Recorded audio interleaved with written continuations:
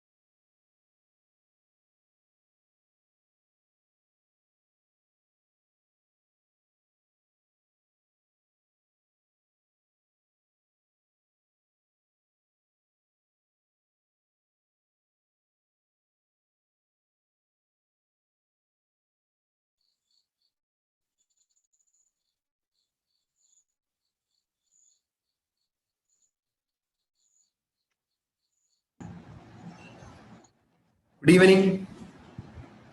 കേൾക്കാമോ? കാണുന്നുണ്ടോ എന്നെ? Good evening sir. കേൾക്കുന്നുണ്ട്. എന്നെ കാണാൻ പറ്റുന്നുണ്ടോ? കാണാൻ പറ്റുന്നുണ്ട് സർ.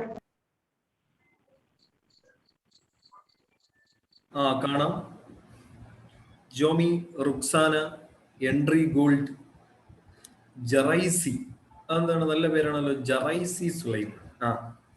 ഞാൻ ആദ്യമായിട്ടാണ് അങ്ങനെ ഒരു പേര് കേൾക്കുന്നുണ്ട്, ജറൈസി. പിന്നെ വേറെ ലിസിത, ഷിൻസി, എല്ലാ ആൾക്കാരും വന്നിട്ടുള്ള എല്ലാ ആൾക്കാർക്കും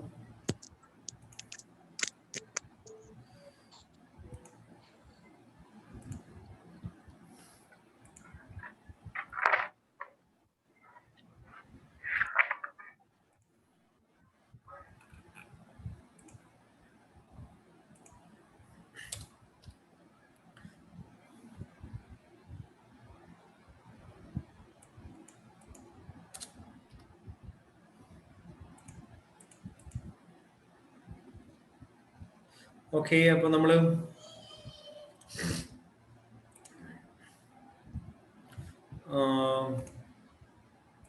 പഠനമൊക്കെ ഏതുവരെയായി? പരീക്ഷയുടെ ഡേറ്റ് ഒക്കെ ചിലപ്പോൾ പെട്ടെന്ന് പറയാൻ പറ്റില്ല. ഡേറ്റ് ഒന്നും അനൗൺസ് ചെയ്തിട്ടില്ലല്ലോ. HSA പരീക്ഷയുടെ ഡേറ്റ് അനൗൺസ് ചെയ്തിട്ടുണ്ടോ? ഇല്ല സർ, ഇതുവരെ ഒന്നും പറഞ്ഞു കേട്ടില്ല. യെസ്, എന്നാണ് ഡേറ്റ്? ഇല്ല, ഡേറ്റ് അനൗൺസ് ചെയ്തിട്ടില്ല. അപ്പം പഠിക്കാനായിട്ട് സമയമുണ്ട്, പറയാൻ പറ്റില്ല. കാരണം PSC പെട്ടെന്ന് പരീക്ഷ നടത്തുക എന്നുള്ളത് PSCയെ സംബന്ധിച്ച് വളരെ നിസ്സാരമായിട്ടുള്ള കാര്യമാണ്.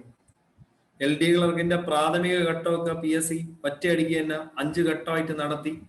ഇനി അടുത്തത് അപ്പം മെയിൻസ് പരീക്ഷയുടെ ഡേറ്റ്, ഡിഗ്രി പ്രിലിംസിന്റെ ഡേറ്റ് ഒക്കെ തന്നെ അനൗൺസ് ചെയ്തിട്ടുണ്ട്. അപ്പൊ PSC എന്താണ് ഇങ്ങനെ ഇരിക്കുന്ന സമയത്ത് പെട്ടെന്നൊരു ദിവസം പരീക്ഷ അങ്ങ് അനൗൺസ് ചെയ്യും. അപ്പൊ നിങ്ങൾ എന്ത് ചെയ്യും? അയ്യോ പഠിച്ചില്ല, അവിടെ എത്തിയില്ല, ഇവിടെ എത്തിയില്ല എന്നൊക്കെ പറഞ്ഞിരിക്കുക. അങ്ങനെ ചെയ്യരുത്. ഇപ്പൊ കിട്ടുന്ന സമയം മാക്സിമം പഠിക്കുക. PSC എപ്പോൾ വേണമെങ്കിലും ഡേറ്റ് അനൗൺസ് ചെയ്യട്ടെ, ആ സമയത്തേക്ക് ഞാൻ തയ്യാറാണ് എന്നുള്ള ഒരു കോൺഫിഡൻസ് ഉണ്ടായിരിക്കണം. പഠിക്കുന്നുണ്ട്, അതെ പഠിക്കണം, അതിന് കൃത്യമായിട്ട് നിങ്ങൾക്ക് ജോലി കിട്ടും എന്നുള്ള ഒരു റിസൾട്ട് നിങ്ങൾക്ക് വരട്ടെ എന്നതാണ്. ആദ്യത്തെ റാങ്കുകാർക്ക് മാത്രമേ എത്താൻ പറ്റുകയുള്ളൂ. അപ്പൊ നമ്മൾ renaissance and freedom movement, general knowledge and current affairs ആണ് പഠിച്ചുകൊണ്ടിരിക്കുന്നത്. കുറെ ദിവസമായി കറണ്ട് അഫയേഴ്സ് ഒക്കെ പഠിക്കണമെന്ന് വിചാരിച്ചിട്ട്, പക്ഷെ എങ്കിലും എത്തുന്നില്ല. എങ്കിലും നമുക്ക് നോക്കാം. അതിലേക്ക് എത്തുന്നതിന് മുമ്പ് ആദ്യം കുറച്ച് ചോദ്യങ്ങളിലേക്ക് നമുക്ക് നോക്കാം. ഒന്നാമത്തെ ചോദ്യം ഇതാണ്: who started the newspaper the Al Ameen in 1924? 1924 Al Ameen എന്ന് പറയുന്ന ന്യൂസ് പേപ്പർ ആരംഭിച്ചത് ആര്? വഖം അബ്ദുൽ ഖാദർ മൗലവി, തങ്ങൾ കുഞ്ഞു മുസ്ലിയാർ, യാക്കൂബ് ഹസൻ, മുഹമ്മദ് അബ്ദുർ റഹ്മാൻ സാഹിബ്. അൽ അമീൻ. യെസ്. അപ്പൊ അൽ അമീൻ എന്ന് പറയുന്ന ന്യൂസ് പേപ്പർ സ്ഥാപിച്ചത് ആരാണ്? മുഹമ്മദ് അബ്ദുർ റഹ്മാൻ സാഹിബാണ്. മുഹമ്മദ് അബ്ദുർ റഹ്മാൻ സാഹിബ്. അദ്ദേഹം ആരായിരുന്നേ? മുഹമ്മദ് അബ്ദുർ റഹ്മാൻ സാഹിബ് എന്ന് പറയുന്നത് 939കളിലൊക്കെ തന്നെ കേരള പ്രദേശ് കോൺഗ്രസ് കമ്മിറ്റി, എന്താണ് കേരള പ്രദേശ് കോൺഗ്രസ് കമ്മിറ്റിയുടെ പ്രസിഡന്റ് ആയിരുന്ന വ്യക്തിയാണ്. സുഭാഷ് ചന്ദ്രബോസ് കോൺഗ്രസിൽ നിന്ന് രാജിവെച്ച സമയത്ത് അദ്ദേഹത്തിനോടൊപ്പം തന്നെ റിസൈൻ ചെയ്ത് അദ്ദേഹം എന്ത് ചെയ്തു? ഫോർവേഡ് ബ്ലോക്കിൽ ചേർന്നു. ഫോർവേഡ് ബ്ലോക്ക്, കേരളത്തിലെ ഫോർവേഡ് ബ്ലോക്കിന്റെ നേതാവാണ് മുഹമ്മദ് അബ്ദുർ റഹ്മാൻ സാഹിബ്. അതോടൊപ്പം തന്നെ കേരളത്തിലെ സുഭാഷ് ചന്ദ്രബോസ് എന്നറിയപ്പെടുന്നതും ആരാണ്? മുഹമ്മദ് അബ്ദുൾ റഹ്മാൻ സാഹിബാണ്. എന്താണ്?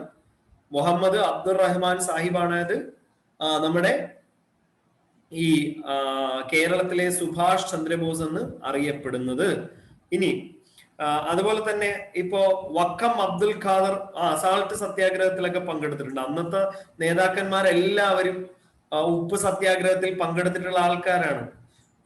അന്ന് ഈ കോൺഗ്രസിന്റെ ഭാഗമായിട്ടുള്ള എല്ലാ ആൾക്കാരും പങ്കെടുത്തിട്ടുണ്ട്. അതുകൊണ്ട് EMS പങ്കെടുത്തിട്ടുണ്ട്. EMS കൊണ്ട് കോളേജിൽ നിന്ന് ക്ലാസ് കട്ട് ചെയ്താണ് പോയത് കേട്ടോ. അതുകൊണ്ട് ആദ്യത്തെ കേരളത്തിന്റെ മുഖ്യമന്ത്രി അറിയപ്പെടുന്ന കമ്മ്യൂണിസ്റ്റ് നേതാവൊക്കെ ആയി. ഇപ്പൊ എന്റെയൊക്കെ ആഗ്രഹം അതായിരുന്നു, ആ കാലഘട്ടത്തിലെങ്ങാനും ജനിച്ചിരുന്നെങ്കിൽ എന്താണ് നമുക്ക് ലോകം അറിയപ്പെടുന്ന ആൾക്കാരൊക്കെ ആയി മാറാറ്. പക്ഷെ എന്ത് ചെയ്തിപ്പോ നമ്മൾ ജീവിക്കുന്ന സമയത്ത് സ്വാതന്ത്ര്യ സമരവും ഇല്ല, അല്ലെങ്കിൽ നവോത്ഥാന സമരവും ഇല്ല, ഒന്നുമില്ല. ഇനിയിപ്പോ എന്ത് ചെയ്യാൻ പറ്റും? ഇങ്ങനെയൊക്കെ എവിടെയെങ്കിലും പഠിപ്പിച്ച് അങ്ങ് മരിക്കുന്നത് വരെ പോണം അല്ലെ? അതൊരു വലിയ ആഗ്രഹമല്ലേ? സ്വാതന്ത്ര്യ സമരത്തിൽ പങ്കെടുത്തിരുന്നെങ്കിൽ നമ്മൾ കുറെ കൂടി എന്താണ് ഈ രാജ്യത്തിന് വേണ്ടി എന്തെങ്കിലും ചെയ്യാൻ പറ്റുമായിരുന്നു എന്നൊക്കെ നമുക്ക് തോന്നും. നമ്മൾ ഇന്നത്തെ കാലത്ത് ജീവിച്ചിരിക്കുന്നതുകൊണ്ട് നമുക്ക് എന്താണ് അങ്ങനെ ചിന്തിക്കാം എന്നുള്ളതേ ഉള്ളൂ. അപ്പൊ പിന്നെ വക്കം അബ്ദുൽ ഖാദർ മൗലവി ഉണ്ട്. വക്കം അബ്ദുൽ ഖാദർ മൗലവിയുടെ മാഗസിൻ ഒന്ന് അൽ ഇസ്ലാം. അൽ ഇസ്ലാം എന്ന് പറയുന്ന മാഗസിൻ ആരംഭിച്ചത് വക്കം അബ്ദുൽ ഖാദർ മൗലവിയാണ്. പിന്നെ മറ്റൊന്ന് ഏതാണ്? സ്വദേശാഭിമാനി. സ്വദേശാഭിമാനി പത്രം ആരംഭിച്ചത് വക്കം അബ്ദുൽ ഖാദർ മൗലവിയാണ്. അതോടൊപ്പം തന്നെ ഈ മുസ്ലിം സമുദായത്തിലെ അന്ധവിശ്വാസങ്ങൾക്കെതിരെ പോരാടിയ നവോത്ഥാന നായകനാണ് വക്കം അബ്ദുൽ ഖാദർ മൗലവി. അദ്ദേഹത്തിനെ പഠിക്കുമ്പോൾ നമ്മൾ അങ്ങനെയാണ് പഠിക്കേണ്ടത്. അതായത് പണ്ട് ഈ മുസ്ലിം സ്ത്രീകളിൽ എന്തില്ലായിരുന്നു? അവർക്ക് ഇംഗ്ലീഷ് വിദ്യാഭ്യാസം കൊടുക്കൂല. കാക്കമാരെന്താണ് അവരെ പഠിപ്പിക്കാൻ വിടൂല. അപ്പൊ അങ്ങനെ എന്താണ് അതിനെതിരെ പോരാടിയ നവോത്ഥാന നായകനാണ് വക്കം അബ്ദുൽ ഖാദർ മൗലവി. ഈ വക്കം അബ്ദുൽ ഖാദർ മൗലവിന് മുസ്ലിം സമുദായത്തിലെ മറ്റ് പണ്ഡിതന്മാര് തന്നെ ഇദ്ദേഹത്തിന്റെ ലേഖനങ്ങൾ വായിക്കരുത്, അദ്ദേഹം ഇസ്ലാം മത വിരുദ്ധനാണ് എന്ന് പറഞ്ഞ് ചില പണ്ഡിതന്മാരും ചില സമൂഹമൊക്കെ തന്നെ വക്കം അബ്ദുൽ ഖാദർ മൗലവിനെ ഒറ്റപ്പെടുത്തിയിട്ടുണ്ട്. പിന്നെ വക്കം അബ്ദുൽ ഖാദർ മൗലവിയുടെ സുഹൃത്തായിരുന്നു ആര്? നമ്മുടെ ശ്രീനാരായണ ഗുരു. ശ്രീനാരായണ ഗുരുവിന്റെ SNDP ഉണ്ടല്ലോ, ശ്രീനാരായണ ധർമ്മ പരിപാലന യോഗം. ആ SNDPയുടെ അതേ മാതൃകയില് ഇദ്ദേഹം ഇസ്ലാം മത ധർമ്മ പരിപാലന യോഗം ആരംഭിച്ചു. എന്താണ്? ഇസ്ലാം മത ധർമ്മ പരിപാലന യോഗം ആരംഭിച്ച നവോത്ഥാന നായകനാണ് വക്കം അബ്ദുൽ ഖാദർ മൗലവി. പിന്നെ ഖുർആൻ മലയാളത്തിലേക്ക് എഴുതിയത് പുള്ളിയാണ്. വക്കം അബ്ദുൽ ഖാദർ മൗലവി ഖുർആൻ അറബിയിൽ നിന്ന് മലയാളത്തിലേക്ക് ട്രാൻസ്ലേറ്റ് ചെയ്ത് ഇദ്ദേഹത്തിന്റെ ദീപികയിലൂടെയൊക്കെയാണ്. അപ്പൊ ഇവിടത്തെ മുസ്ലിം പണ്ഡിതന്മാർക്ക് അത് ഇഷ്ടപ്പെടൂല. കാരണം എന്ന് പറഞ്ഞു കഴിഞ്ഞാൽ ഈ മുസ്ലിം സമുദായത്തിലുള്ള അന്നത്തെ ഇത് പ്രകാരം ഈ അറബിയാണല്ലോ. ഈ അറബി എന്ത് ചെയ്യില്ല, ഇവിടെ ആർക്കും വായിക്കാൻ അറിഞ്ഞുകൂടാ. അപ്പൊ ഇന്ന ഒരാൾ അറബി വന്നിട്ട് ഇപ്പൊ ഇന്ന രീതിയിൽ പറഞ്ഞിട്ട് ഇവരുടെ അടുത്ത് മലയാളത്തിൽ ട്രാൻസ്ലേറ്റ് ചെയ്ത് കൊടുക്കുമ്പോൾ വേറെ ആയിരിക്കും പറയണം. മനസ്സിലായ? അതായത് ഇപ്പോ ഞാനൊരു വിശ്വാസി, അപ്പൊ എന്റെ അടുത്ത് വന്നിട്ട് പറയണം, ഉദാഹരണം, പടച്ചോൻ ഇങ്ങനെ പറഞ്ഞു, എനിക്ക് അഞ്ചാടിനെ ഈ നമ്മളെ നയിക്കുന്ന ഉസ്താദിന് എന്താണ് ഈ പറയുന്ന ഗിഫ്റ്റ് ആയിട്ട് കൊടുക്കണം എന്ന് ഇയാള് വേറൊരു അറബി ഓതിയിട്ട് പറഞ്ഞു കൊടുക്കുമ്പോൾ വിചാരിക്കും അയ്യോ പടച്ചോൻ പറഞ്ഞതാണ്. അപ്പൊ ഇങ്ങനെ മനുഷ്യരെ ചൂഷണം ചെയ്തിരുന്ന ഒരു സമൂഹമായിരുന്നു നമ്മുടേത്. ഇപ്പോഴും അതിന് കുറവൊന്നുമില്ല എങ്കിലും, പക്ഷെ അതിനെതിരെ പോരാടി സ്ത്രീകള് ഭൗതിക വിദ്യാഭ്യാസം നേടണം, സ്ത്രീകൾ ജോലിയിലേക്ക് വരണം, പിന്നെ അതോടൊപ്പം തന്നെ അവര് ഖുർആന്റെ മലയാള പരിഭാഷകൾ വായിക്കണം, സ്കൂളിലേക്ക് പോകണം, അങ്ങനെയുള്ള സർക്കാർ ജോലിയിൽ വരണമെന്നൊക്കെ ആഗ്രഹിച്ച ആളാണ് വക്കം അബ്ദുൽ ഖാദർ മൗലവി. കേട്ടോ? അപ്പൊ ഇനി വക്കം അബ്ദുൽ ഖാദർ മൗലവി ആരാണെന്ന് ചോദിച്ചു കഴിഞ്ഞാൽ ഇനി അറിഞ്ഞൂടാത്ത ആൾക്കാരും ഇല്ലല്ലോ. വക്കം അബ്ദുൽ ഖാദർ മൗലവി ആരാണെന്ന് മനസ്സിലായല്ലോ. ഇദ്ദേഹമാണ് സ്വദേശാഭിമാനി പത്രം ആരംഭിച്ച്, എന്നിട്ട് അതിന്റെ എഡിറ്റർ ആയിട്ട് ആരെ അപ്പോയിന്റ്മെന്റ് ചെയ്ത്? നമ്മുടെ രാമകൃഷ്ണപിള്ളയെ അപ്പോയിന്റ്മെന്റ് ചെയ്ത്, കെ രാമകൃഷ്ണപിള്ള. ഓക്കെ, ആ കെ രാമകൃഷ്ണപിള്ള ഈ പത്രത്തിൽ വന്നതിന് ശേഷമാണ് അദ്ദേഹത്തിന്റെ പേര് സ്വദേശാഭിമാനി രാമകൃഷ്ണപിള്ള എന്നാക്കി മാറ്റുന്നത്. സ്വദേശാഭിമാനി രാമകൃഷ്ണപിള്ള അദ്ദേഹം ശരിക്കും അന്നത്തെ രാജാവിന്റെ സ്വാതി തിരുനാളിന്റെയും അതോടൊപ്പം തന്നെ നമ്മുടെ അന്നത്തെ ദിവാനായിട്ടുള്ള പി രാജഗോപാൽ ആചാരി, ഈ പി രാജഗോപാൽ ആചാര്യയുടെ ഒക്കെ ദൂർത്തിനെതിരെ എഴുതി, സ്വദേശാഭിമാനി പത്രത്തിലൂടെ എഴുതി. വക്കം അബ്ദുൽ ഖാദർ മൗലവി പത്രം ആരംഭിക്കുന്നത് എവിടെ നിന്നാണ്? വക്കത്തെന്നാണ്, അതായത് ചിറയൻകീഴ് വക്കം. പക്ഷേ സ്വദേശാഭിമാനി രാമകൃഷ്ണപിള്ള നെയ്യാറ്റിങ്കരക്കാരനാണ്. അദ്ദേഹം തിരുവനന്തപുരത്ത് അദ്ദേഹത്തിന് പഠിക്കാനും ജോലി ചെയ്യാനൊക്കെയുള്ള അവസരം വേണമെന്ന് പറഞ്ഞപ്പോ ഈ പറയുന്ന വക്കം അബ്ദുൽ ഖാദർ മൗലവി എന്ത് ചെയ്തു? ഇദ്ദേഹത്തിന്റെ പ്രസ്സും ബാക്കിയുള്ളതെല്ലാം കൂടി തിരുവനന്തപുരത്തേക്ക് ഷിഫ്റ്റ് ചെയ്ത് കൊടുത്തു. അവിടെ നിന്ന് പത്രം അച്ചടിച്ചോളാൻ പറഞ്ഞു. 906 ആയപ്പോ പത്രം അവിടെ നിന്ന് അച്ചടിച്ച്, മനസ്സിലായ? സോറി, 906 ആയപ്പോ അവിടെ നിന്ന് പത്രം അച്ചടിച്ച്. ആ പത്രം അച്ചടിച്ചതിലാണ് ഈ പറയുന്ന ദിവാനെയൊക്കെ വിമർശിച്ചുകൊണ്ട് എഴുതിയത്. വലിയൊരു പത്രപ്രവർത്തകനായിരുന്നു അദ്ദേഹത്തിന്. ഇപ്പൊ ജാതി സിസ്റ്റത്തിലൊക്കെ അദ്ദേഹത്തിന് നിലപാടുകൾ വ്യത്യാസമായിരുന്നെങ്കിലും അദ്ദേഹത്തിന്റെ പ്രസിദ്ധമായിട്ടുള്ള വാക്കുകൾ ഇതാണ്: even if God goes to wrong I will report it എന്നാണ്. ഇനി ദൈവമാണെങ്കിൽ പോലും തെറ്റ് ചെയ്താൽ ഞാൻ റിപ്പോർട്ട് ചെയ്തിരിക്കും എന്ന് പറഞ്ഞ ആളാണ്. അങ്ങനെ അദ്ദേഹത്തിനെ എന്ത് ചെയ്ത് തമിഴ്നാട്ടിലെ അരുവാമൊഴിയിലേക്ക് എന്ത് ചെയ്തു? നാട് കടത്തി സ്വദേശാഭിമാനീന. പിന്നീട് വക്കം അബ്ദുൽ ഖാദർ മൗലവി ഏറ്റവും അവസാനം പറഞ്ഞു, എനിക്കും എനിക്ക് എന്റെ പത്രവും പത്രാധിപരും ഇല്ലാതെ എനിക്കെന്തിനാണ് ഈ പ്രസ് എന്ന് പറഞ്ഞിട്ട് അദ്ദേഹം പൂട്ടി സീല് വെച്ചു. അപ്പൊ അങ്ങനെ ഒരു ഹിസ്റ്ററിയാണ് ഈ പറയുന്ന വക്കം അബ്ദുൽ ഖാദർ മൗലവി, മുഹമ്മദ് അബ്ദുൾ റഹ്മാൻ സാഹിബിന്റെയൊക്കെ. ഓക്കെ, അപ്പൊ അവരാണ് നിങ്ങൾക്ക് തങ്ങൾ കുഞ്ഞു മുസ്ലിയാരും യാക്കൂബ് ഹസനൊന്നും നവോത്ഥാനത്തിൽ പഠിക്കാനില്ലാത്ത വ്യക്തികളാണ്. ഓക്കെ, അടുത്ത ചോദ്യം: Who was the Nizam of Hyderabad during the accession of the Indian Union in the independence period? ഇന്ത്യക്ക് സ്വാതന്ത്ര്യം കിട്ടുന്ന സമയത്ത് ഹൈദരാബാദിലെ നൈസാം ആരായിരുന്നു? മുഹമ്മദ് ഖാൻ, അബ്ദുൾ റസാഖ്, ഒസ്മാൻ അലി ഖാൻ, സയ്യിദ് അഹമ്മദ്. ഇതില് ഹൈദരാബാദിലെ നൈസാം ആരായിരുന്നു? ഇവിടെ കേൾക്കുന്നുണ്ടോ? അതേ നിങ്ങൾ ഉറങ്ങിയോ? ഞാൻ പറയുന്നതൊക്കെ കേൾക്കുന്നോ? അതേ ഉറങ്ങിയോ? എന്താണ് ആരും മിണ്ടാത്തത്? നിങ്ങള് സംസാരിച്ചോളൂ. ഞാൻ അങ്ങനെ വലിയ പ്രശ്നക്കാരനൊന്നും അല്ല. ഞാൻ പറയാറുണ്ട്, ഞാൻ അങ്ങനെ വലിയ പ്രശ്നക്കാരനൊന്നും അല്ല. നിങ്ങൾക്ക് എന്നോട് മിണ്ടാം. ഞാൻ ഗുണ്ടയൊന്നും അല്ല. ചില ആൾക്കാർ ഈ നമ്മളെ പഠിപ്പിക്കുന്ന സാറെന്നൊക്കെ പറയുമ്പോൾ എന്താണ്, ഓ അയാള് ഭയങ്കര മൊരടനാണ്, അല്ലെങ്കിൽ അയാള് ഭയങ്കര കണ്ണുരുട്ടി ആണ്. അങ്ങനെയൊന്നും അല്ല. എന്നെ കണ്ടിട്ട്, എന്റെ ഫേസ് കണ്ടിട്ട് തന്നെ നിങ്ങൾക്ക് തോന്നില്ലേ വളരെ ഒരു സിമ്പിൾ മനുഷ്യനാണെന്ന് തോന്നുന്നില്ലേ? എനിക്ക് എന്നെ കുറിച്ച് ആമത്തം അറിയാവുന്ന ഞാൻ വളരെ സിമ്പിൾ ആണ് എന്നൊക്കെയാണ് നമ്മൾ സ്വയം പുകഴ്ത്തുക എന്നൊക്കെ പറയും പോലെ. ഞാനല്ലാതെ പിന്നെ വേറെ ആരും പുകഴ്ത്തു എന്നുള്ളതാണ്. അപ്പൊ നിങ്ങൾ മിണ്ടിയ ആ പ്രശ്നം തീർന്നു കേട്ടോ. നിങ്ങൾ മിണ്ടണം, അതിനു വേണ്ടിയിട്ടാണ്. അപ്പൊ ഈ ഹൈദരാബാദിലെ നൈസാം, അതായത് ഇന്ത്യ യൂണിയനിലേക്ക് നാട്ടുരാജ്യങ്ങളെ ലയിപ്പിക്കുന്ന സമയത്ത് ഇതാണ്. അപ്പൊ മുഹമ്മദ് ഖാൻ, ഇവര് ശരിക്കും ഇതിന്റെ ആൻസർ ഓപ്ഷൻ സി ആണ്. ഉസ്മാൻ അലി ഖാൻ ആണ്. ഒസുമാൻ അലി ഖാൻ. ഇദ്ദേഹത്തിന്റെ മറ്റൊരു പേര് അസഫ് ജാ 7 എന്നാണ്. അസഫ് ജാ എന്നറിയപ്പെടുന്ന വ്യക്തിയാണ് ഹൈദരാബാദ് നിസാം. ഹൈദരാബാദിലെ നൈസാം ആണ് ശരിക്കും ഈ പറയുന്ന ആള്. ഓക്കെ, അപ്പൊ അവസാനത്തെ നൈസാമാണ്. പുള്ളിക്ക് ഇന്ത്യൻ യൂണിയനോട് ചേരാൻ താല്പര്യമില്ലായിരുന്നു. ഇന്ത്യ സ്വതന്ത്രമാകുന്ന സമയത്ത് ഇന്ത്യയിലെ നാട്ടുരാജ്യങ്ങളുടെ എണ്ണം എത്രയാണ്?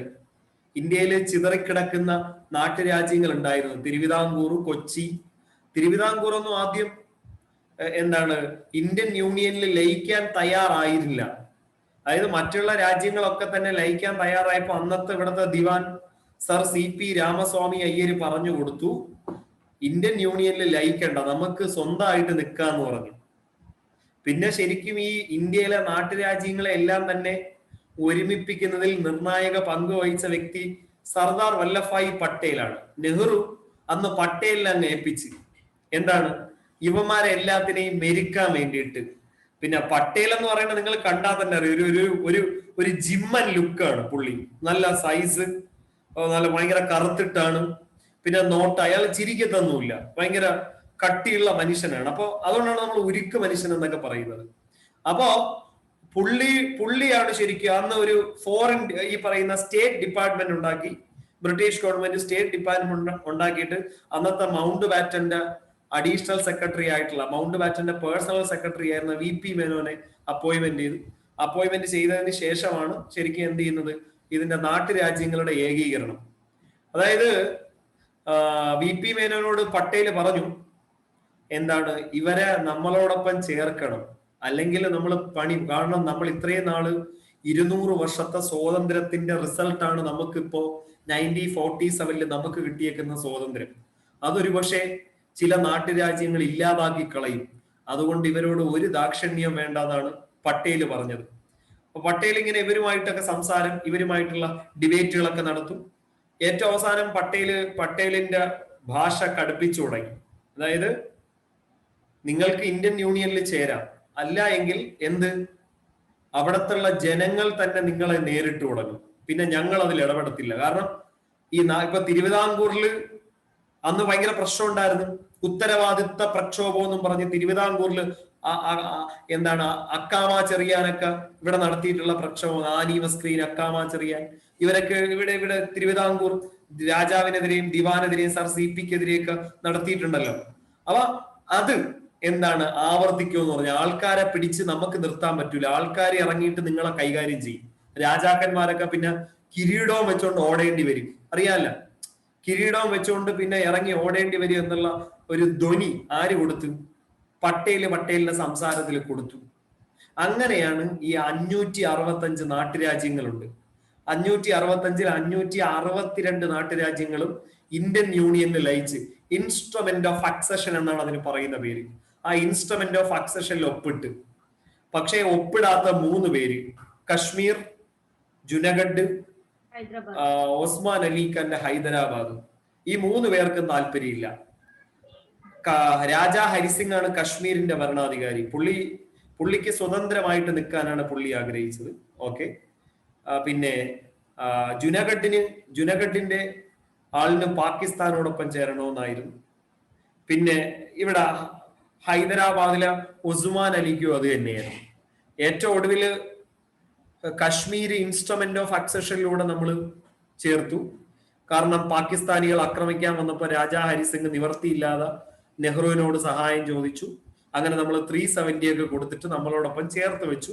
Instrument of accession, instrument of യൂണിറ്റിയിൽ നമ്മൾ ഒപ്പിട്ടില്ല, നമ്മളോടൊപ്പം ചേർത്ത് വെച്ചത് മാത്രമേ ഉള്ളൂ. ബാക്കിയുള്ളത് രണ്ടിനെയും ഇൻസ്ട്രുമെന്റ് ഓഫ് അക്സഷനിലും ഇൻസ്ട്രുമെന്റ് ഓഫ് യൂണിറ്റിയിലും നമ്മൾ എന്ത് ചെയ്തു? ചേർത്തു. അപ്പൊ അതിന്റെ ഭാഗമായിട്ട് ജുനഗഡ്, ഗുജറാത്തിന്റെ ഭാഗത്താണ് ജുനഗഡ്. ആ ജുനഗഡിൽ നമ്മളൊരു റഫറണ്ടം നടത്തി. അവിടുത്തെ ജനങ്ങൾക്ക് ആരോടൊപ്പം നിൽക്കണം? ആ റഫറണ്ടത്തിൽ അവിടുത്തെ ജനങ്ങൾ പൂർണ്ണമായും പറഞ്ഞു ഇന്ത്യയോടൊപ്പം നിൽക്കണം. അവിടുത്തെ രാജാവിന് പാകിസ്ഥാനോടൊപ്പം നിൽക്കാൻ, കാരണം അത് ജിന്ന ഇവരെ നല്ല രീതിയിൽ സമീപിച്ചിട്ടുണ്ടായിരുന്നു. പിന്നെ ഈ പറയുന്ന ഹൈദരാബാദിലെ ഒസ്മാൻ അലി ഖാൻ, ഉസ്മാൻ ഒരു കാരണവശാലും ഇങ്ങോട്ട് വരത്തില്ല. പാകിസ്ഥാൻ അവിടെ നിന്ന് സപ്പോർട്ടും കൊടുത്തു. പിന്നെ ഹൈദരാബാദ് താഴെ ആയതുകൊണ്ട് അത് പാകിസ്ഥാനിലേക്ക് ലയിക്കാനുള്ള ജോഗ്രഫിക്കലി ഉള്ള സാധ്യത കുറവാണ്. കാരണം ഹൈദരാബാദ് കിടക്കുന്ന എവിടെയാ? താഴെയാണ്. ബാക്കി ഇപ്പൊ ജുനഗഡൊക്കെ ആണെങ്കിൽ ശരിക്കും പാകിസ്ഥാനുമായി ചേർന്നാണ് കിടക്കുന്നത്, അവർക്ക് അങ്ങോട്ട് ലയിക്കാം. പക്ഷെ അവിടുത്തെ ജനങ്ങളാണ് പറഞ്ഞത്. അങ്ങനെയാണ് ഒടുവിൽ ഓപ്പറേഷൻ പോളോ എന്ന് പറഞ്ഞിട്ട് ഇന്ത്യൻ ആർമീനെ അയച്ചിട്ട് എന്ത് ചെയ്യുന്നത്? ഈ ഹൈദരാബാദിനെ ഇന്ത്യയിലേക്ക് ലയിപ്പിക്കുന്നത്.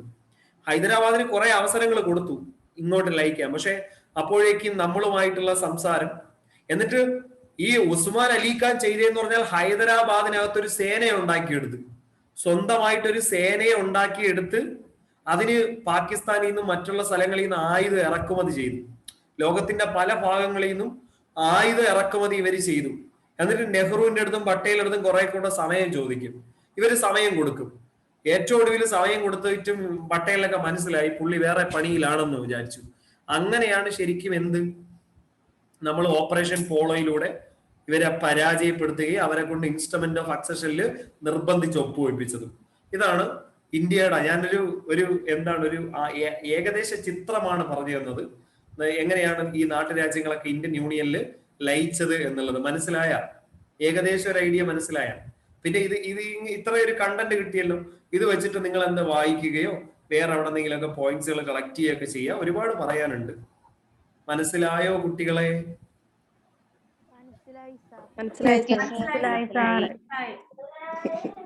മനസ്സിലായി സർ. ആർക്കും ഒന്നും പറയാനില്ല? ആർക്കും ഒന്നും മിണ്ടാനില്ല?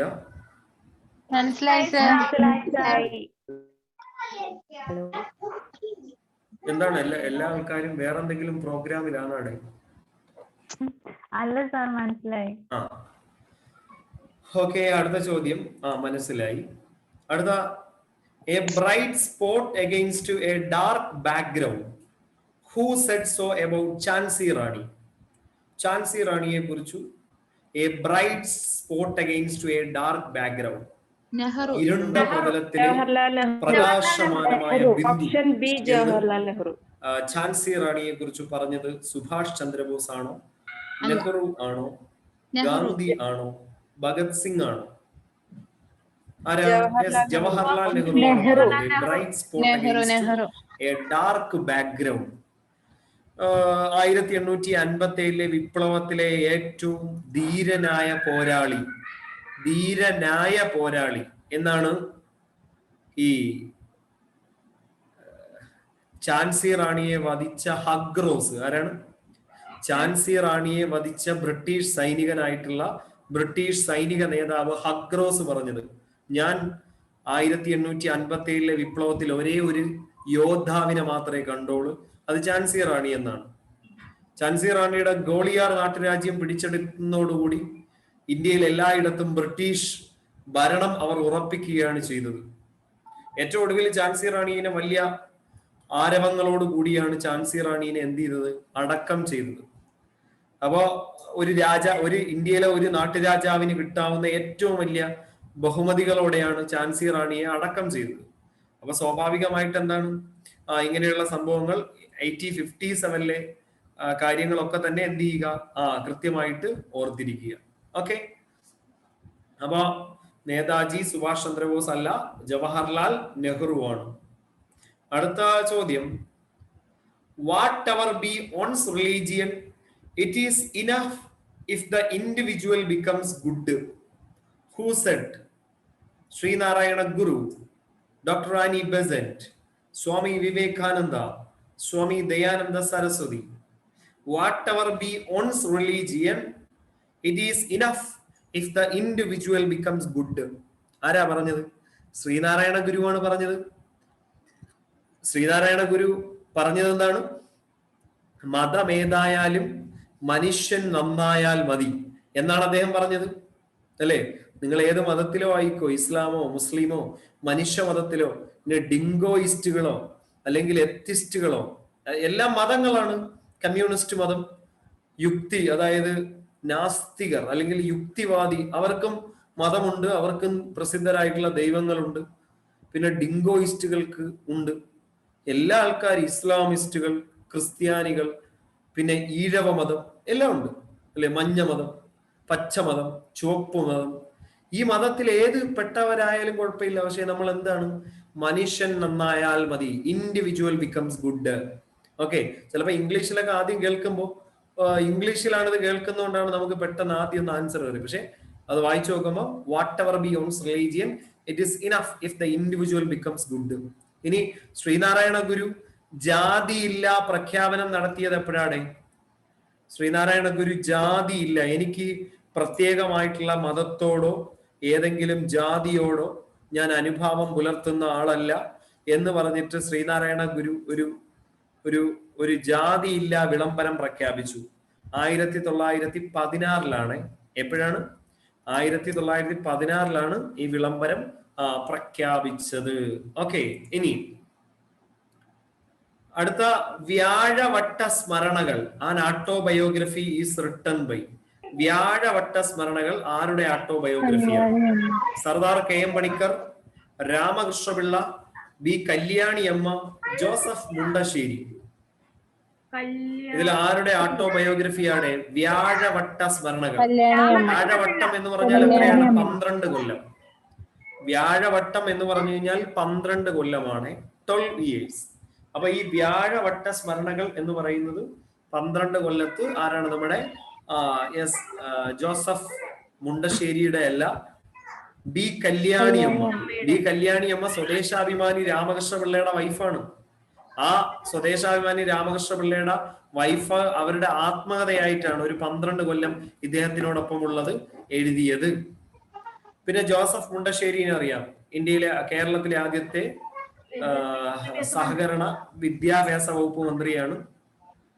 പിന്നെ അദ്ദേഹമാണ് പ്രസിദ്ധമായിട്ടുള്ള വിദ്യാഭ്യാസ ബില്ല്, EMS മന്ത്രിസഭയുടെ വിദ്യാഭ്യാസ ബില്ല് അദ്ദേഹം എവിടെ അവതരിപ്പിച്ചത്? നിയമസഭയിൽ അവതരിപ്പിച്ചത്. ഇനി, which among the following awards has been cancelled for 2020 due to COVID-19? 2020 COVID-19 കാരണം ക്യാൻസൽ ചെയ്യപ്പെട്ട പ്രസിദ്ധമായിട്ടുള്ള award: Ramon Magsaysay award, Nobel prize, national film awards, academy awards. ഇതിൽ ഏതാണ് 2020 COVID-19 കാരണം കൊടുക്കാൻ പറ്റാത്ത, ക്യാൻസൽ ചെയ്ത പുരസ്കാരം ഓപ്ഷൻ എ രമൺ മാഗ്സസെ പുരസ്കാരമാണ്. ഇന്തോനേഷ്യൻ പ്രൈം മിനിസ്റ്റർ ആയിട്ടുള്ള രമൺ മാഗ്സസയുടെ പേരിൽ നൽകുന്ന സാമൂഹിക പ്രവർത്തനത്തിന് നൽകുന്ന പുരസ്കാരമാണ്. ഇന്ത്യയില് രമൺ മാഗ്സസെ പുരസ്കാരമൊക്കെ ഒരുപാട് വ്യക്തികൾക്ക് കിട്ടിയിട്ടുണ്ട് കേട്ടോ. ഇന്ത്യയില് രമൺ മാഗ്സസെ പുരസ്കാരം, അരവിന്ദ് കെജ്രിവാളൊക്കെ ഓൾറെഡി രമൺ മാഗ്സസെ പുരസ്കാരം കിട്ടിയിട്ടുള്ള നേതാക്കളാണ്. ഇനി മറ്റൊരു ചോദ്യം, according to article 243(5) of the constitution of India, the minimum age requirement for becoming a member of a municipality. മുനിസിപ്പാലിറ്റിയിൽ മെമ്പർ ആകാൻ വേണ്ട മിനിമം ഏജ് എത്രയാണ്? 28 വയസ്സ്, 25 വയസ്സ്, 32 വയസ്സ്, 21 വയസ്സ്. അല്ലെങ്കിൽ പഞ്ചായത്തിലോ അതോടൊപ്പം തന്നെ മുനിസിപ്പാലിറ്റിയിലോ എത്ര വയസ്സാണ്? 21 വയസ്സാണ്. വോട്ടർ ആകാൻ 18 വയസ്സ്. വോട്ടർ ആകാൻ 18 വയസ്സ്. പഞ്ചായത്ത് മുനിസിപ്പാലിറ്റിയിൽ മത്സരിക്കാൻ 21 വയസ്സ്. ഇന്ത്യൻ പാർലമെന്റിലേക്ക് മത്സരിക്കണമെങ്കിൽ, ലോക്സഭയിലേക്ക് മത്സരിക്കണമെങ്കിൽ 25 വയസ്സ്. സംസ്ഥാന നിയമസഭകളിലേക്ക് മത്സരിക്കണമെങ്കിലും 25 വയസ്സ്. അതുകൊണ്ട് ഇന്ത്യൻ പ്രധാനമന്ത്രിയോ കേന്ദ്രമന്ത്രിയോ ഒക്കെ 25 വയസ്സാകുമ്പോൾ തന്നെ ആകാം. രാജ്യസഭയിലാണ് മത്സരിക്കുന്നതെങ്കിൽ 30 വയസ്സ് വേണം. രാജ്യസഭാ അംഗത്തിന് 30 വയസ്സ് വേണം. ഈ 30 വയസ്സായാലും രാജ്യസഭയിൽ നിന്നായാലും ഒരാൾക്ക് മന്ത്രിയാകാം, കേന്ദ്രമന്ത്രിയൊക്കെ ആകാം. ഇനി അദ്ദേഹത്തിന് ഇന്ത്യൻ പ്രസിഡന്റ് ആകണമെങ്കിൽ 35 വയസ്സ് വേണം. ഉപരാഷ്ട്രപതി ആവണമെങ്കിലും 35 വയസ്സ് വേണം. ഒരു സംസ്ഥാനത്തിന്റെ ഗവർണർ ആകണമെങ്കിലും 35. അപ്പൊ നമ്മളിവിടെ maximum minimum age prescribe Indian രാഷ്ട്രപതി വരെയുള്ള ആൾക്കാർക്ക് മാത്രമേ പറ്റൂ. 35, പിന്നെ 30, 25, 21, 80. ഇതാണ് നമ്മൾ ജനാധിപത്യ പ്രക്രിയയിൽ പങ്കെടുക്കാനുള്ള പ്രായം. 18 വോട്ടിംഗ് പ്രായം, 21 പഞ്ചായത്ത് മുനിസിപ്പാലിറ്റി, 25 നിയമസഭ ലോക്സഭ, 30 രാജ്യസഭ, സംസ്ഥാന ലെജിസ്ലേറ്റീവ് കൗൺസിൽ, 35 ഈ പറയുന്ന 3 ഗവർണർ കോൺസ്റ്റിറ്റ്യൂഷണൽ പോസ്റ്റുകളായിട്ടുള്ള 3 എണ്ണം. ഓക്കെ, അതാണ്. ഇനി in which state the Kamakhya temple situated? പ്രസിദ്ധമായിട്ടുള്ള കമാഖ്യ ക്ഷേത്രം അസമിലാണോ, അരുണാചൽ പ്രദേശിലാണോ, ഛത്തീസ്ഗഡിലാണോ, ജാർഖണ്ഡിലാണോ? പ്രസിദ്ധമായിട്ടുള്ള കമാഖ്യ ടെമ്പിൾ സിറ്റുവേറ്റഡ് എവിടെയാണ്? ആസാം, അരുണാചൽ പ്രദേശ്, ഛത്തീസ്ഗഡ്, ജാർഖണ്ഡ്.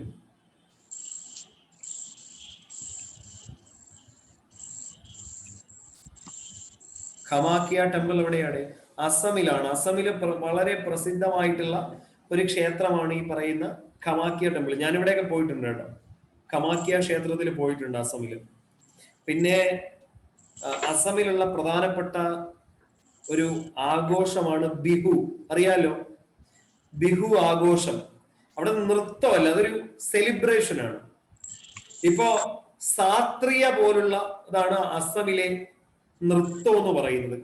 ക്ലാസിക്കൽ ഡാൻസ് രൂപം എന്ന് പറയുന്നത് സാത്രിയാണ്. പക്ഷെ അസമിലെ ഈ പറയുന്ന ബിഹു എന്ന് പറയുന്നത് ശരിക്കും ഒരു ആഘോഷമാണ്. എന്താഘോഷം? അവരുടെ വിളവെടുപ്പ് ആഘോഷവുമായി ബന്ധപ്പെട്ടതാണ്, അവരുടെ തദ്ദേശീയമായിട്ട്. അപ്പൊ ഒരു വർഷത്തിൽ എത്ര തവണയാണ് അവർ ബിഹു ആഘോഷിക്കുന്നത് പറയാമോ? ഒരു വർഷത്തിൽ അവർ എത്ര തവണയാണ് ബിഹു ആഘോഷിക്കുന്നത് എന്നുള്ളതാണ് ചോദ്യം.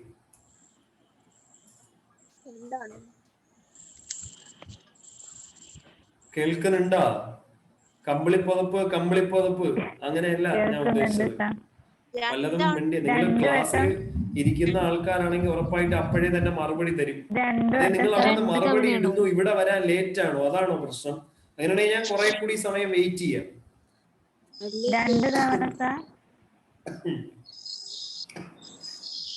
കേൾക്കാം. അപ്പൊ ശരിക്കും എന്താണ്? കമാഖ്യ ക്ഷേത്രം ബിഹു ഫെസ്റ്റിവൽ ഒരു വർഷത്തില് 3 തവണയാണ്. ഒരു വർഷത്തിൽ ഇവര് 3 തവണയാണ് ബിഹു. ഇവിടെ ഈ പറയുന്ന കമാഖ്യ ടെമ്പിളിലും അവര് ബിഹു എന്ത് ചെയ്യുന്നുണ്ട്? സെലിബ്രേറ്റ് ചെയ്യുന്നുണ്ട് കേട്ടോ. ഇനി the prime minister who lead the first minority government in India. ഇന്ത്യയിൽ ആദ്യത്തെ ന്യൂനപക്ഷ സർക്കാരിന്റെ പ്രധാനമന്ത്രി ആര് എന്നുള്ളതാണ്.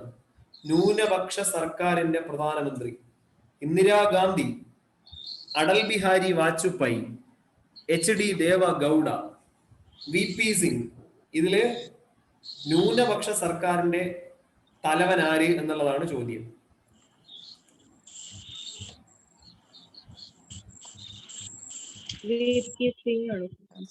പറയാമോ?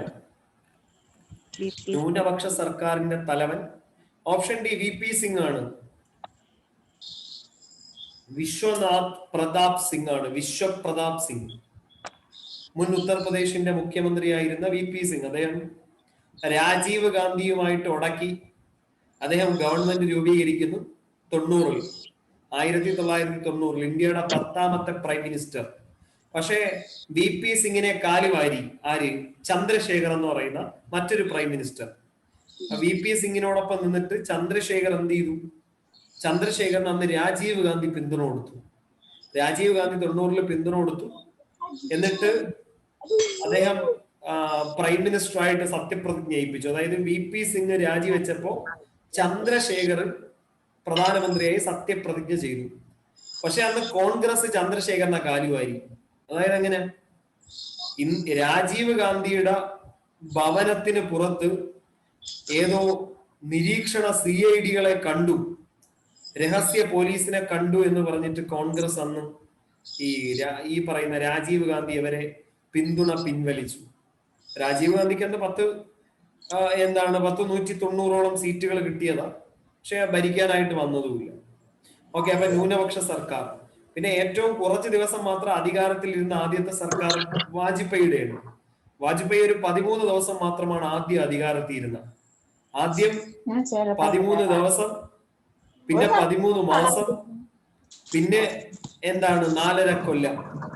അങ്ങനെയാണ് ഈ പറയുന്ന അടൽ ബിഹാരി വാജ്പേയി ഇന്ത്യ ഭരിച്ചത്. ഓക്കെ, പിന്നെ ഇലക്ഷൻ കമ്മീഷൻ രൂപീകരിച്ച തീയതി എന്നാണ്.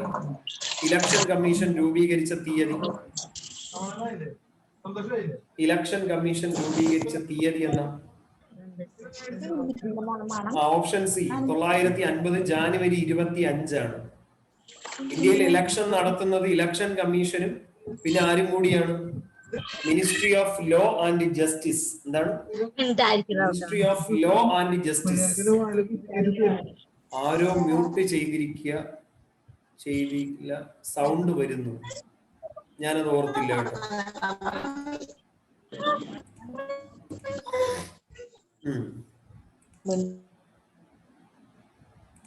ഇപ്പൊ സൗണ്ട് പോയോ?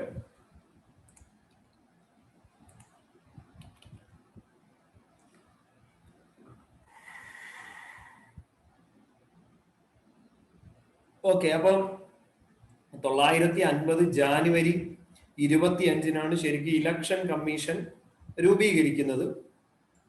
ഈ ഇലക്ഷൻ കമ്മീഷന്റെ തലപ്പത്ത് പിന്നീട് സുകുമാർ സെൻ വരുന്നു. ബംഗാൾ ബ്രാഹ്മണനായിട്ടുള്ള സുകുമാർ സെന്നാണ് ഇതിന്റെ തലപ്പത്ത് വരുന്നത്. അപ്പോ ഇദ്ദേഹം വന്നതിന് ശേഷം ഇദ്ദേഹത്തിനെ സംബന്ധിച്ച് വലിയ പണിയായിരുന്നു. കാരണം ആദ്യത്തെ തെരഞ്ഞെടുപ്പ് 1951 നടത്തുക എന്ന് പറയുന്ന വലിയ ബുദ്ധിമുട്ടാണ്. ഇന്ത്യയിലെ നിരക്ഷരരായ ജനത, സ്ത്രീകളെ സംബന്ധിച്ച് 100 പേരെ എടുത്താൽ 10 പേർക്കാണ് എഴുതാനും വായിക്കാനും അറിയുന്നത്. അപ്പൊ അത്രയും നിരക്ഷരരായിട്ടുള്ള ഒരു ജനതയുടെ ഇടയ്ക്കിലാണ് ആദ്യത്തെ തെരഞ്ഞെടുപ്പ്. പിന്നെ ഇന്ത്യയിലെ മൊത്തം ജനങ്ങളുടെ ഇടയിലേക്ക് ക്യാമ്പയിൻ നടത്തി. ജനങ്ങളുടെ ഇടയിൽ അവർക്ക് സ്വാധീനമുള്ള ചിഹ്നങ്ങൾ, പേര് വായിക്കാൻ അറിയാത്ത എഴുതാത്ത ആൾക്കാരുണ്ട്. അപ്പൊ പേര് വായിച്ചു കഴിഞ്ഞാൽ ശരിയാവില്ല. അപ്പൊ പേരുകൾക്ക് പകരം ചിഹ്നം. ഇപ്പൊ നെഹ്റു കാളയുടെ ചിഹ്നത്തിലാണ് മത്സരിക്കുന്നത്. മീൻസ് കോൺഗ്രസ് അന്ന് നുകം വെച്ച കാള. പിന്നെ കമ്മ്യൂണിസ്റ്റ് പാർട്ടി അരിവാൾ നെൽക്കത്. അപ്പോ ഈ ഇങ്ങനെയുള്ള ചിഹ്നമേ അവർക്ക് അറിയാൻ പറ്റും. അതൊക്കെ ഭയങ്കര വലിയ ബുദ്ധിമുട്ടായിരുന്നു. പക്ഷെ എങ്കിലും തെരഞ്ഞെടുപ്പില് കുറെ നല്ല കാര്യങ്ങൾ. 51 തെരഞ്ഞെടുപ്പ് നടന്നു. അംബേദ്കർ തോറ്റു. നെഹ്റു തന്നെ ഇന്ത്യയുടെ ആദ്യത്തെ പ്രൈം മിനിസ്റ്റർ. ആരാണ് പ്രധാനമന്ത്രി എന്നുള്ളതിന് ഇന്ത്യയിൽ വേറെ ഓപ്ഷൻ ഒന്നുമില്ല, മറ്റൊരു ഓപ്ഷൻ ഇല്ല. മീൻസ് നെഹ്റു. അപ്പൊ 1950 ജനുവരി 25 ഇലക്ഷൻ കമ്മീഷൻ ഫോം ചെയ്തു. ഇലക്ഷൻ കമ്മീഷനിൽ ഇപ്പൊ നിലവിൽ ഒരാളല്ല 3 അംഗങ്ങളുണ്ട്. അതായത് 3 ഇലക്ഷൻ കമ്മീഷണർമാരാണുള്ളത്. അതിലൊരാൾ ചീഫ് ഇലക്ഷൻ കമ്മീഷണർ. അത് 90-കൾക്ക് ശേഷമാണ്, 89-ലാണ്, 989-ലാണ് അങ്ങനെ ഒരു സംവിധാനം വരുന്നത്. പിന്നീട് അത് പിന്നെ പിരിച്ചുവിട്ടു. പിന്നീട് 90-കളിൽ പിന്നെയും വന്നു കേട്ടോ. അതാണ് ഇലക്ഷൻ കമ്മീഷൻ ഓഫ് ഇന്ത്യയുമായി ബന്ധപ്പെട്ടത്. ഇനി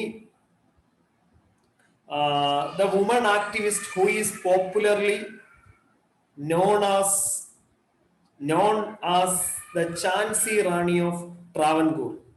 നമ്മുടെ ട്രാവൻകൂറിന്റെ ഝാൻസി റാണി എന്നറിയപ്പെടുന്നു AV കുട്ടിമാളു അമ്മ, അക്കാമ ചെറിയാൻ, റോസമ്മ പൊന്നൂസ്, അന്ന ചാണ്ടി. ഇതിൽ ആരുടേതാണ്? ഇത് നിങ്ങളെ ഞാൻ മറ്റ് റെക്കോർഡിംഗ് ക്ലാസ്സിൽ ഞാൻ പഠിപ്പിച്ചിട്ടുണ്ട്. അതായത് ഝാൻസി റാണി ഓഫ് ട്രാവൻകൂർ എന്നറിയപ്പെടുന്നത് നമ്മുടെ അക്കാമ ചെറിയാനാണ്. അക്കാമ ചെറിയാനെ ഝാൻസി റാണി ഓഫ് ട്രാവൻകൂർ എന്ന് വിശേഷിപ്പിച്ചതാരാ? ഝാൻസി റാണി ഓഫ് ട്രാവൻകൂർ എന്ന് വിശേഷിപ്പിച്ചത് ഗാന്ധിജിയാണ്, അല്ലെ? നെഹ്റു അല്ല, ഗാന്ധിജി. ഝാൻസി റാണി ഓഫ് ട്രാവൻകൂർ. പ്രസിദ്ധമായിട്ടുള്ള ദേശസേവിക സംഘം രൂപീകരിച്ചത് അക്കാമ ചെറിയാനാണ്. ദേശസേവിക സംഘം രൂപീകരിച്ചത് അക്കാമ ചെറിയാനാണ്. ഓക്കെ, അക്കാമ ചെറിയാനാണ് ഏത് രാജധാനി മാർച്ച് നടത്തിയത്? രാജധാനി മാർച്ച് എവിടാ? അതായത് നമ്മുടെ തമ്പാനൂര് മുതൽ കവടിയാർ കൊട്ടാരത്തിന്റെ മുമ്പ് വരെ എന്താണ് രാജധാനി മാർച്ച് നയിച്ചത് അക്കാമ ചെറിയാൻ. വെടിവെക്കുമെങ്കിൽ ആദ്യം എന്റെ നെഞ്ചത്തേക്ക് വെടിവെക്കട ബ്രിട്ടീഷ് പോലീസുകാരാ എന്ന് ആക്രോശിച്ചത് അക്കാമ ചെറിയാനാണ്. അങ്ങനെ പിന്നെ തിരുവിതാംകൂർ സ്റ്റേറ്റ് കോൺഗ്രസിന്റെ 10ാമത്തെ പ്രസിഡന്റ് ആണ് അക്കാമ ചെറിയാൻ. ആക്ടിംഗ് പ്രസിഡന്റ് കൂടിയാണ് ഫസ്റ്റ്. അപ്പൊ ഓരോരുത്തരെ ആയിട്ടാണ് അന്ന് ഈ തിരുവിതാംകൂറിൽ പോലീസ് ഓരോ പ്രസിഡന്റുമാരെ അറസ്റ്റ് ചെയ്യും. അങ്ങനെയാണ് അക്കാമ ചെറിയാനെ പ്രസിഡന്റ് ആക്കി അക്കാമ ചെറിയാനെ അറസ്റ്റ് ചെയ്യപ്പെട്ടത്. അപ്പോൾ അങ്ങനെ ഒരു ലേഡിയാണ് ശരിക്കും ഝാൻസി റാണി ഓഫ് ട്രാവൻകൂർ എന്ന് അറിയപ്പെടുന്നത്. ഓക്കെ, ഇനി മറ്റ് കുറച്ച് GK കറണ്ട് അഫയേഴ്സിലേക്കും കൂടെ പോവാം.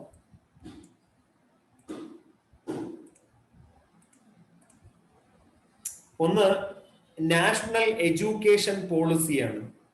2020 വിദ്യാഭ്യാസ നയം, കേന്ദ്ര സർക്കാരിന്റെ പുതിയ വിദ്യാഭ്യാസ നയം എന്താണെന്ന് നോക്കാം. പുതിയ വിദ്യാഭ്യാസ നയം നിലവിൽ വന്ന തീയതി ചിലപ്പോൾ ചോദിക്കാം. എന്താണ് പുതിയ വിദ്യാഭ്യാസ നയം നിലവിൽ വന്നത്? 2020 ജൂലൈ 29-നാണ്. 2020 ജൂലൈ 29. മുമ്പത്തെ വിദ്യാഭ്യാസ പാറ്റേൺ എന്ന് പറഞ്ഞു കഴിഞ്ഞാൽ 10 + 2 3, അതായത് ഡിഗ്രി, അങ്ങനെയാണ്. ഓക്കെ, 10 2 + 3. ഇപ്പൊ നമ്മൾ അങ്ങനെയല്ല. 5 + 3 8ാം ക്ലാസ്, പിന്നെ 9 10 11, പിന്നെ +2 degree first year, second year, third year, അങ്ങനെയാണ് ഇപ്പൊ പറഞ്ഞേക്കുന്നത്. അതായത് 5 + 3 + 3 + 4, അത് നല്ല പരിപാടിയാണ്. 5 + 3 + 3 + 4 ആ ഒരു രീതിയിലേക്കാണ്. അതായത് എന്താണ് ഈ 3ാം ഘട്ടം മുതൽ നമുക്ക് സർട്ടിഫിക്കറ്റ് കിട്ടും. ഒറ്റ സർട്ടിഫിക്കറ്റേ ഉള്ളൂ. പിന്നെ ഇവിടെ ഒരു സർട്ടിഫിക്കറ്റ്, ഇവിടെ ഒരു സർട്ടിഫിക്കറ്റ്. മുമ്പെന്ന് പറഞ്ഞാൽ അങ്ങനെയല്ല, അറിയാലോ. 10+ ഇവിടെ ഒരു സർട്ടിഫിക്കറ്റ്, ഇവിടെ ഒരു സർട്ടിഫിക്കറ്റ്, ഇവിടെ ഒരു സർട്ടിഫിക്കറ്റ്. അപ്പൊ ഇങ്ങനെയാണ് പുതിയ വിദ്യാഭ്യാസ രീതി. 3 വർഷത്തെ അംഗനവാടി പ്രീ സ്കൂൾ പഠനം ഉൾപ്പെടെയുള്ള 12 വർഷത്തെ സ്കൂൾ പഠനമാണ് പാഠ്യപദ്ധതി. 12 വർഷമാണ് ഈ പറയുന്ന സ്കൂൾ പാഠ്യപദ്ധതിയായിട്ട് പറഞ്ഞേക്കുന്നത്. പുതിയ വിദ്യാഭ്യാസ നയം കേന്ദ്ര സർക്കാരിന് സമർപ്പിച്ച കമ്മിറ്റിയുടെ തലവൻ ആരാണ്? പുതിയ വിദ്യാഭ്യാസ നയം കേന്ദ്ര സർക്കാരിന് സമർപ്പിച്ച കമ്മിറ്റിയുടെ തലവൻ ഡോക്ടർ കെ കസ്തൂരി രംഗൻ. ആരാണ്? കസ്തൂരി രംഗൻ. അപ്പൊ നമ്മുടെ 10+2+3 ആരാണ്? കഴിഞ്ഞ ക്ലാസ്സിൽ ഞാൻ പഠിപ്പിച്ചതാണ്. 10+2+3 ആരാടെ? പറയൂ. കോത്താരി. യെസ്, കോത്താരി കമ്മീഷനാണ്. ഈ നാഷണൽ എഡ്യൂക്കേഷൻ പോളിസി ഇതാണ്. ഇനി 5ാം ക്ലാസ് വരെയുള്ള പഠനം മാതൃഭാഷ പ്രാദേശിക ഭാഷയിലായിരിക്കും. 5ാം ക്ലാസ് വരെയുള്ള പഠനം അത് നമ്മുടെ മദർ ടങ്ങിലായിരിക്കണമെന്ന് കസ്തൂരി രംഗൻ സമർപ്പിച്ച റിപ്പോർട്ടിലുണ്ട്. 6ാം ക്ലാസ് മുതൽ ഇന്റേൺഷിപ്പോടെ തൊഴിലധിഷ്ഠിത പഠനം. എന്താണ്? 6ാം ക്ലാസ് മുതൽ ഇന്റേൺഷിപ്പോടെ തൊഴിലധിഷ്ഠിത പഠനം വന്നിട്ടുണ്ട്. മുമ്പ് ടെക്നിക്കൽ എഡ്യൂക്കേഷൻ വരുന്ന എനിക്ക് തോന്നുന്നു 8ാം ക്ലാസ് മുതലാണ് തോന്നുന്നത്. THSLC എന്നും പറഞ്ഞ് ഒരെണ്ണം ഉണ്ടല്ലോ, technical high school school leaving certificate എന്ന് പറഞ്ഞ് THSLC. പിന്നെ അതിന് ഉയർന്നതായിട്ട് VHSC, vocational higher secondary school, അതൊക്കെയാണ് വരുന്നത്. പക്ഷെ ഇപ്പൊ നമ്മൾ പറഞ്ഞിരുന്നത് 6ാം ക്ലാസ് മുതൽ ഇന്റേൺഷിപ്പോടെ തൊഴിലധിഷ്ഠിത പഠനം, പിന്നെ 5+3+3+4 എന്നുള്ള പുതിയ പാഠ്യപദ്ധതി ആണ് അതിൽ വരുന്നത്. പിന്നെ മാനവ വിഭവശേഷി മന്ത്രാലയത്തിന്റെ പുതിയ പേര് വിദ്യാഭ്യാസ മന്ത്രാലയം എന്നാണ്, മിനിസ്ട്രി ഓഫ് എഡ്യൂക്കേഷൻ. ഇത്രയും നാള് ഹ്യൂമൻ റിസോഴ്സ് മിനിസ്ട്രി എന്നാണ്. ഇപ്പോ നമ്മൾ എന്താണ് അത് വിദ്യാഭ്യാസ മന്ത്രാലയം എന്നാക്കിയിട്ടുണ്ട്. ഇന്ത്യയിലാണെന്ന് തോന്നുന്നു, എനിക്ക് തോന്നുന്നു ബൗദ്ധികമായിട്ടുള്ള ഡെവലപ്പ് ചെയ്തിട്ടുള്ള എല്ലാ രാജ്യങ്ങളിലും ഈ പറയുന്നത് വിദ്യാഭ്യാസത്തിന് ഒരു സെപ്പറേറ്റ് മിനിസ്ട്രി ഉണ്ട്. നമ്മുടെ ഇവിടെ തന്നെ മാനവ വിഭവശേഷി മന്ത്രാലയത്തിന്റെ കീഴിൽ മാത്രമാണ് വിദ്യാഭ്യാസ വകുപ്പ് തന്നെ, ഡിപ്പാർട്ട്മെന്റ് ഓഫ് എഡ്യൂക്കേഷൻ പ്രവർത്തിക്കുന്ന. നമ്മുടെ രാജ്യത്തിന് അങ്ങനെ ഒരു പ്രശ്നമുണ്ട്. അതൊക്കെ മാറി വന്നാൽ മാത്രമേ നമ്മുടെ രാജ്യത്ത് ഈ പറയുന്ന വിദ്യാഭ്യാസത്തിന് കുറെ കൂടി ഊന്നൽ നൽകാൻ കഴിയുകയുള്ളൂ എന്ന് നമ്മൾ ഓർക്കുക. Okay, national education policy. നിങ്ങൾ ഈ 2020 നാഷണൽ എഡ്യൂക്കേഷൻ പോളിസി വായിച്ചിട്ടുണ്ടായിരുന്നോ? പഠിച്ചിട്ടുണ്ടായിരുന്നോ? നാഷണൽ എഡ്യൂക്കേഷൻ പോളിസി പഠിച്ചിട്ടുണ്ടായിരുന്നോ? ഇല്ല. ഇതാണ് നാഷണൽ എഡ്യൂക്കേഷൻ പോളിസി.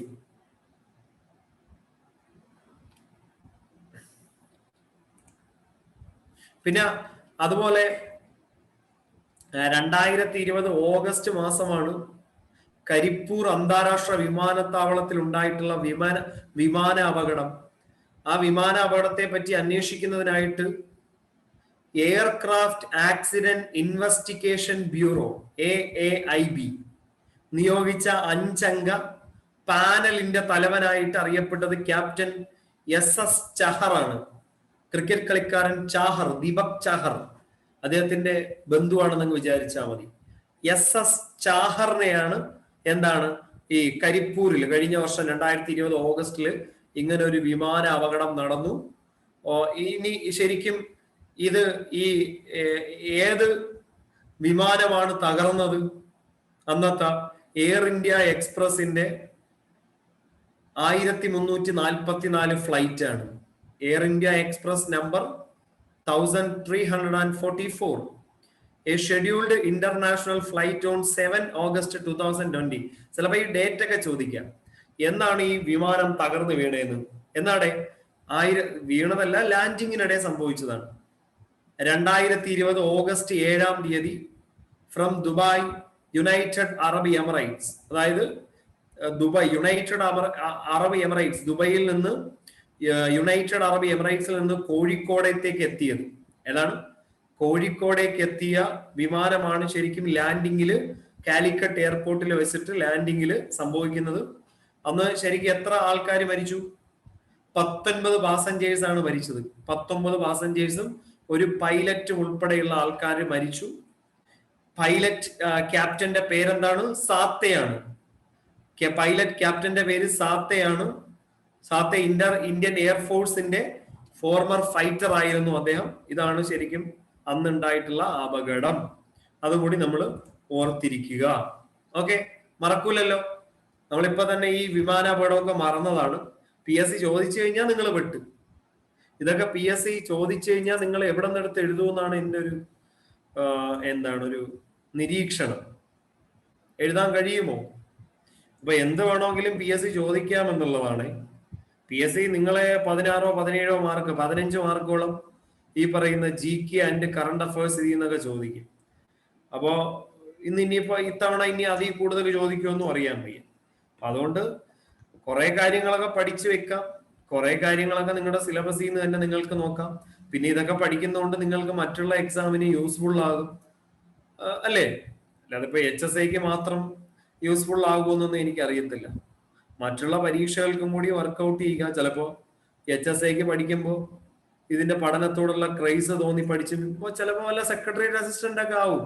അങ്ങനെയാണ് നമ്മള് നമ്മൾ ചിലപ്പോൾ നമ്മുടെ കരിയർ നമ്മൾ ഉദ്ദേശിക്കാതെ തന്നെ മാറും. നമ്മൾ ഹാർഡ് വർക്ക് ചെയ്തുകൊണ്ടിരിക്കുന്നത്, ഞാൻ ഒരു കാര്യം പറയാം, നമ്മൾ ഹാർഡ് വർക്ക് ചെയ്തുകൊണ്ടിരിക്കുന്നതോടൊപ്പം നമ്മുടെ കരിയർ തന്നെ മാറിക്കൊണ്ടിരിക്കും. അപ്പൊ അതിന് നമ്മൾ ആദ്യം ചെയ്യേണ്ടത് ശരിക്കും എന്താണ്? ഒരു ഹാർഡ് വർക്കാണ്. ആ ഹാർഡ് വർക്ക് നമ്മൾ ചെയ്യുന്നതോടുകൂടി നമുക്ക് എന്താണ് വലിയ വലിയ മാറ്റങ്ങൾ വരും. നമ്മുടെ ജീവിതത്തിൽ ഒരുപാട് സന്തോഷങ്ങൾ വരും. നമ്മൾ നെഗറ്റീവ് നമ്മൾ ഒഴിവാക്കപ്പെടും. എന്തും നേരിടാൻ പറ്റും എന്നുള്ളൊരു കോൺഫിഡൻസ് ഉണ്ടാകും. അപ്പൊ അതിന് നമ്മൾ എപ്പോഴും ഹാർഡ് വർക്ക് ചെയ്യുക എന്നുള്ളതാണ് എനിക്ക് നിങ്ങളോട് പറയാനുള്ളത്. പിന്നെ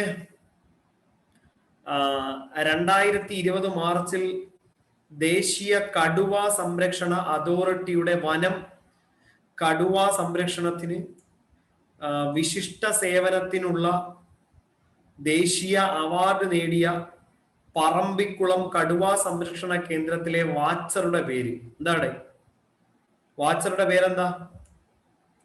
K. ശ്രീനിവാസനാണ്. അദ്ദേഹത്തിന് കടുവ സംരക്ഷണത്തിന്റെ വിശിഷ്ട സേവനത്തിന് പറമ്പിക്കുളം കടുവ സംരക്ഷണ കേന്ദ്രത്തിലെ വാച്ചറിന് പുരസ്കാരം കൊടുത്തു. അദ്ദേഹത്തിന്റെ പേര് K. ശ്രീനിവാസൻ.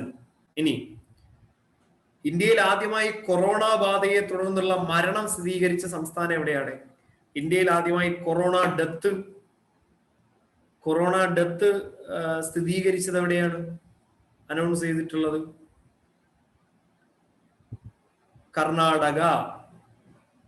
കർണാടകയിലാണ് ശരിക്കും ഈ കൊറോണ ഡെത്ത് ആദ്യമായിട്ട് അനൗൺസ് ചെയ്തിട്ടുള്ളത്. പിന്നെ അതേപോലെ തന്നെ ഉച്ചയ്ക്ക് 12 മുതൽ 4 മണി വരെ ഓട്ടോറിക്ഷകളിലെ യാത്രാ നിരക്ക് 15% കുറയ്ക്കുവാൻ ഹാപ്പി ഹവർ എന്ന പദ്ധതി ആരംഭിച്ച സംസ്ഥാനം മഹാരാഷ്ട്രയിലെ ഹാപ്പി അവർ എന്ന് പറയുന്ന ഈ പദ്ധതി ആരംഭിച്ച സംസ്ഥാനമാണ് ഈ പറയുന്ന നമ്മുടെ ഈ മഹാരാഷ്ട്ര. പിന്നെ the president of India who announced the emergency of 1975 1975 ദേശീയ അടിയന്തരാവസ്ഥ പ്രഖ്യാപിച്ചത് ആരാ? ദേശീയ അടിയന്തരാവസ്ഥ പ്രഖ്യാപിച്ച ഇന്ത്യൻ പ്രസിഡന്റ് ആരാണ്? VV ഗിരിയാണോ? ഡോക്ടർ സാക്കിർ ഹുസൈൻ ആണോ? ഫക്രുദ്ദീൻ അലി അഹമ്മദ് ആണോ? നിലം സഞ്ജീവ റെഡ്ഡിയാണോ? ആരാണ് അടിയന്തരാവസ്ഥ? ഫക്രുദ്ദീൻ അലി അഹമ്മദ് ആണ്. അടിയന്തരാവസ്ഥ എന്തിനാണ് പ്രഖ്യാപിച്ചതെന്നൊക്കെ നിങ്ങൾക്ക് അറിയാമല്ലോടെ. അടിയന്തരാവസ്ഥ പ്രഖ്യാപിക്കാൻ ഉണ്ടായിട്ടുള്ള സാഹചര്യങ്ങളൊക്കെ നിങ്ങൾക്കറിയാമല്ലോ. ഇന്ത്യയിലെ ദേശീയ അടിയന്തരാവസ്ഥ ഇന്ദിരാഗാന്ധി പ്രഖ്യാപിച്ച സാഹചര്യം അറിയാത്ത ആൾക്കാരുണ്ടോ? അന്ന് നിങ്ങളാരും ജീവിച്ചിരിപ്പില്ല. അറിയുന്ന എത്ര പേരുണ്ട്? പറയൂ, എല്ലാ ആൾക്കാരും പറയൂ.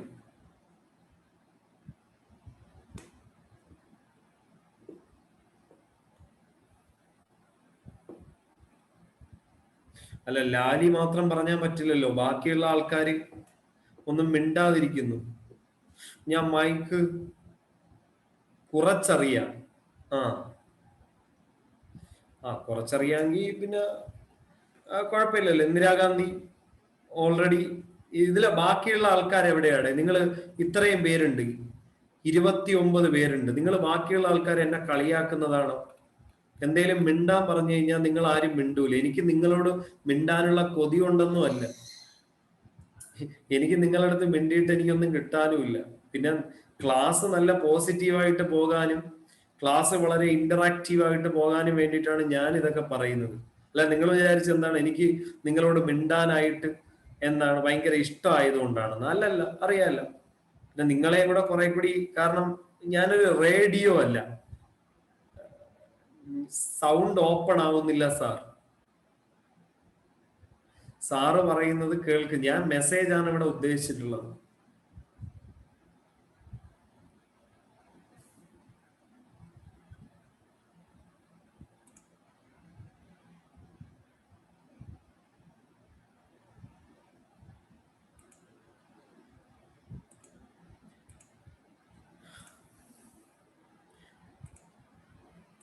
ഓക്കെ, ഇനി നിങ്ങൾ സംസാരിച്ചേ. അൺമൈക്ക് അല്ലെങ്കിൽ അൺമ്യൂട്ട് ആക്കിയിട്ടൊന്ന് സംസാരിച്ചു നോക്കി.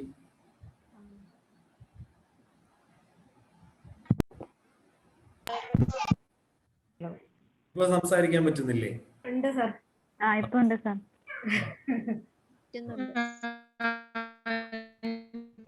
എന്തോ കേൾക്കുന്നില്ല. എന്താണ്? ഇന്തോ ചൈന വാർ ആണോ സാർ? അല്ല, ഇപ്പൊ കേൾക്കുന്നുണ്ട് സർ. ഓപ്പൺ ആക്കാൻ പറ്റുന്നുണ്ട്. കേട്ടില്ല.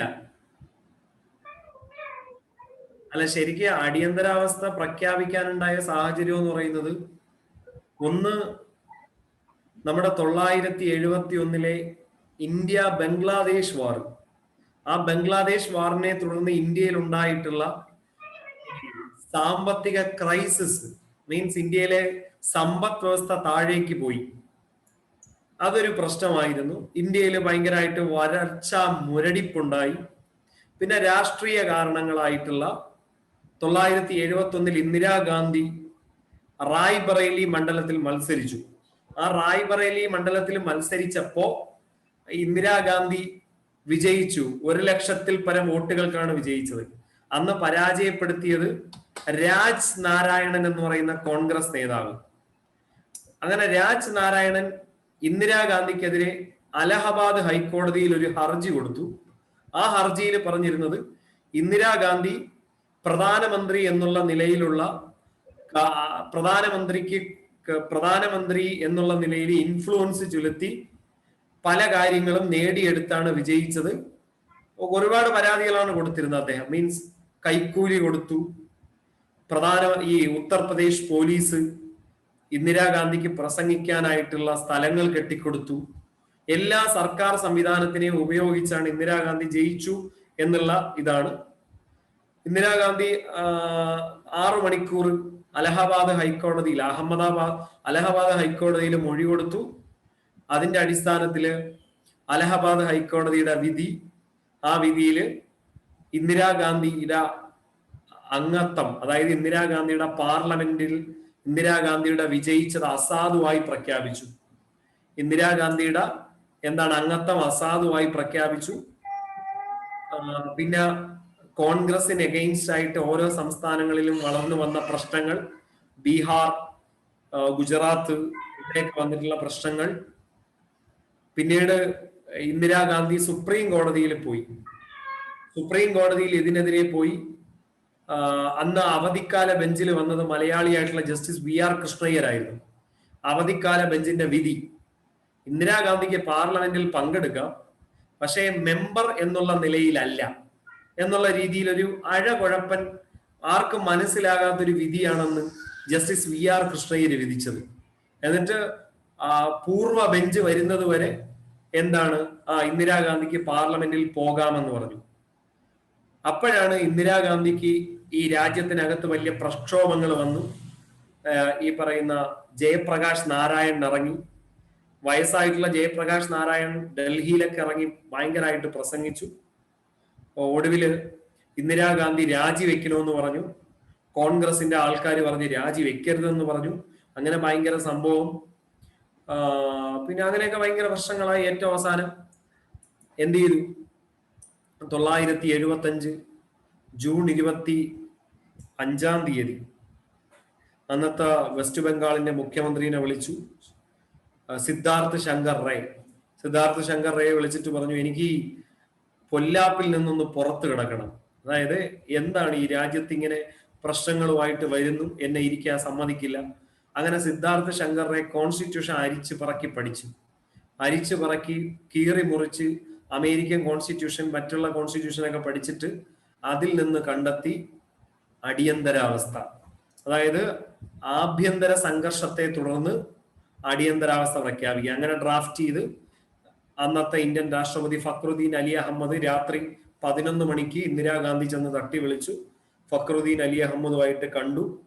ഫക്രുദ്ദീൻ അലി അഹമ്മദ് എന്താണ് മറിച്ചൊന്ന് നോക്കാതെ ഒപ്പുവെച്ചു കൊടുത്തു. അടിയന്തരാവസ്ഥ നമ്മുടെ രാജ്യത്തിന്റെ ജനാധിപത്യത്തെ കീറി മുറിച്ച ഒരു സംഭവമാണ് എന്ന് അദ്ദേഹത്തിന് തുറന്നൊന്ന് നോക്കാമായിരുന്നു. അദ്ദേഹത്തിന് റബ്ബർ സ്റ്റാമ്പ് പോലെ ഇന്ത്യയുടെ പ്രധാനമന്ത്രി പറഞ്ഞതുപോലെ അദ്ദേഹം എന്ത് ചെയ്തു? ഒപ്പിട്ട് കൊടുത്തു. എന്തിന്? ക്യാബിനറ്റ് മന്ത്രിസഭ അംഗീകരിച്ച പ്രമേയമാണോ എന്ന് പോലും അദ്ദേഹം നോക്കിയില്ല. അടിയന്തരാവസ്ഥ പ്രഖ്യാപിക്കണമെങ്കിൽ ആർട്ടിക്കിൾ 352 ക്യാബിനറ്റ് കൂടി ക്യാബിനറ്റ് പാസാക്കി അത് ഒപ്പുവയ്ക്കണം. പക്ഷേ അടിയന്തരാവസ്ഥ അങ്ങനെ അർദ്ധരാത്രി പ്രഖ്യാപിച്ചിട്ട് പിറ്റേ ദിവസം രാവിലെ 6 മണിക്ക് കേന്ദ്രമന്ത്രിമാരെ 8 കേന്ദ്രമന്ത്രിമാര് ഡൽഹിയിലുണ്ടായിരുന്ന കേന്ദ്രമന്ത്രിമാരെ ഇന്ദിരാഗാന്ധി മന്ത്രിസഭയിലേക്ക് വിളിപ്പിച്ചു. ഇന്ദിരാഗാന്ധിയുടെ ഓഫീസിലേക്ക് വിളിപ്പിച്ചിട്ടാണ് പറയുന്നത് അടിയന്തരാവസ്ഥ പ്രഖ്യാപിച്ചു. അപ്പൊ അങ്ങനെ ഒരു ഇൻസിഡന്റ് ആണ് ശരിക്കും ഈ പറയുന്ന എമർജൻസി പ്രൊക്ലമേഷൻ എന്ന് പറയുന്നത്. പിന്നെ ഈ രാജ്യത്ത് കണ്ടതൊക്കെ അറസ്റ്റും പ്രതിപക്ഷത്തെ അടിച്ചമർത്തുകയും ഓരോരോ നേതാക്കളെ ആയിട്ട് മീസ ആക്ട് പോലെ maintenance and internal security act പ്രകാരം ജയിലിലേക്ക് അടൽ ബിഹാരി വാജ്പേയി, LK അദ്വാനി, അങ്ങനെ സോഷ്യലിസ്റ്റ് നേതാക്കളായിട്ടുള്ള ജയപ്രകാശ് നാരായൺ, പിണറായി വിജയൻ, അങ്ങനെ ഓരോരോ നേതാക്കളുടെ പട്ടിക ഇങ്ങനെ തയ്യാറാക്കി അകത്തേക്ക് തട്ടിവിട്ട ഒരു ചരിത്രമാണ് നമ്മുടെ ഇന്ത്യയിലുള്ള അടിയന്തരാവസ്ഥയ്ക്കുള്ളത്. ഒരുപാട് കാര്യങ്ങൾ പറയാനുണ്ട്, പക്ഷെ എനിക്ക് വയ്യ, തൊണ്ട വയ്യ.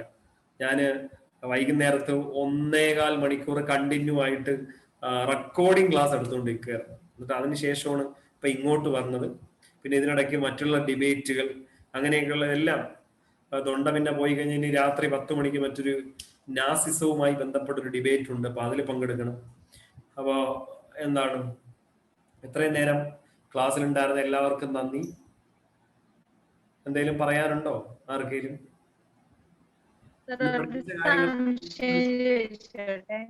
എന്താണ്? ഹലോ, പറഞ്ഞോളൂ.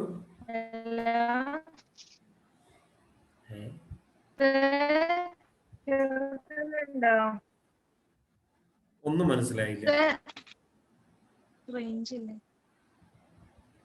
എനിക്ക് റേഞ്ച് പോയോണ്ട് 2 ക്വസ്റ്റ്യന്റെ ആൻസർ കിട്ടിയിട്ടില്ലായിരുന്നു. ഒന്ന് പറഞ്ഞു തരുമെന്ന് അറിയാൻ വേണ്ടിയിട്ടാ. ഏത് ക്വസ്റ്റ്യന്റെയാണ്?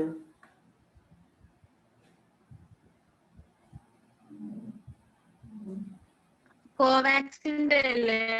COVID-19 2020 ഡ്യൂ ടു COVID-19 ആ ഒരു പേരുണ്ടല്ലോ. അത് ശരിക്കും രമൺ മാഗ്സസെ പുരസ്കാരം, രമൺ മാഗ്സസെ അവാർഡാണ് കൊടുക്കാത്തത് 2020.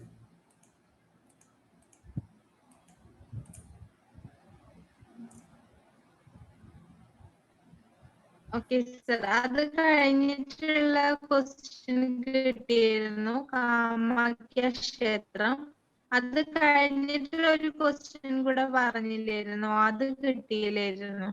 VP സിംഗ്.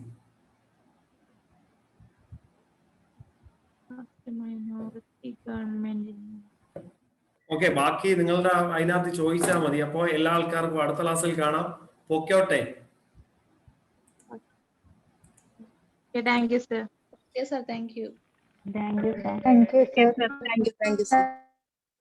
കേട്ടില്ല. Thank you sir. ഓക്കെ. ഏറ്റവും അവസാനം താങ്ക് യു മാത്രം മതി, അല്ലാത്തപ്പോ ആരും ഒന്നും മിണ്ടത്തുമില്ല.